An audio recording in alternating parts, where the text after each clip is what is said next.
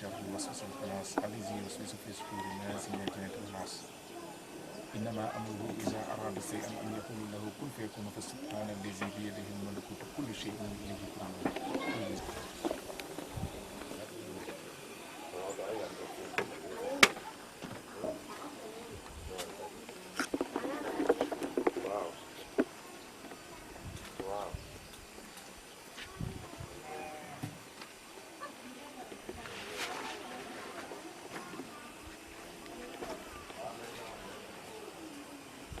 yoo xam ne foofu ñu am benn saako foofu ñu benn saako xay kuur yi fu ñu koy dugal loolu dañ koy sànni si yoon bi am na ci yoo xam ne mën nañ ko yóbbaale ah bu ñuy def conférence jaaxal xaq waaw benn saako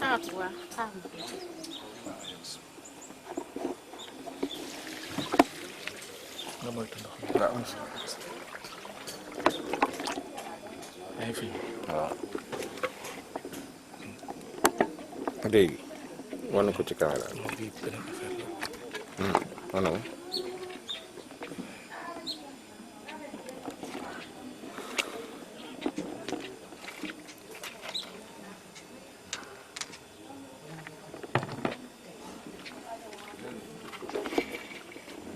aywa nañ commencé dindi tàq ko fële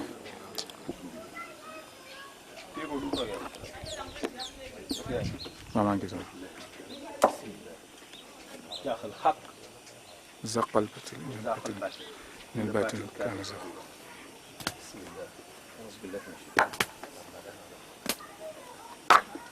benn saako bi dina doy est-ce que nañ ci dugal li ci xaj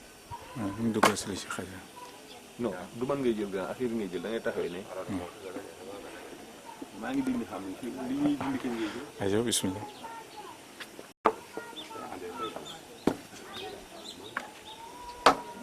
sa yére bi de garaaw sa yére bi waaw garaawul am solo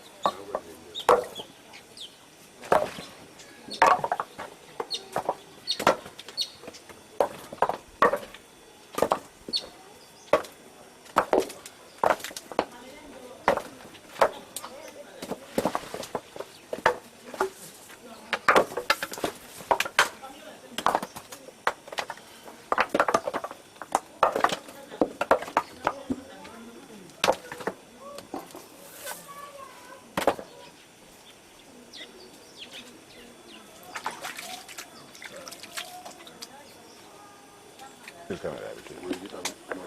du kii mën na duñ ah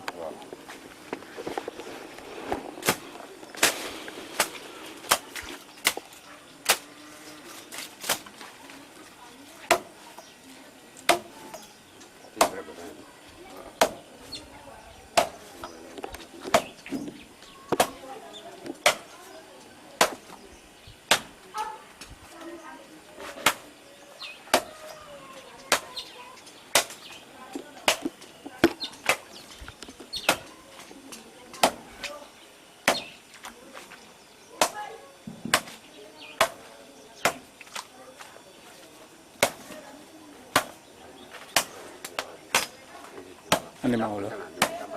andi maaw la andi yaa ma ci gën a ay ma ne yaa ma ci war a gën a ay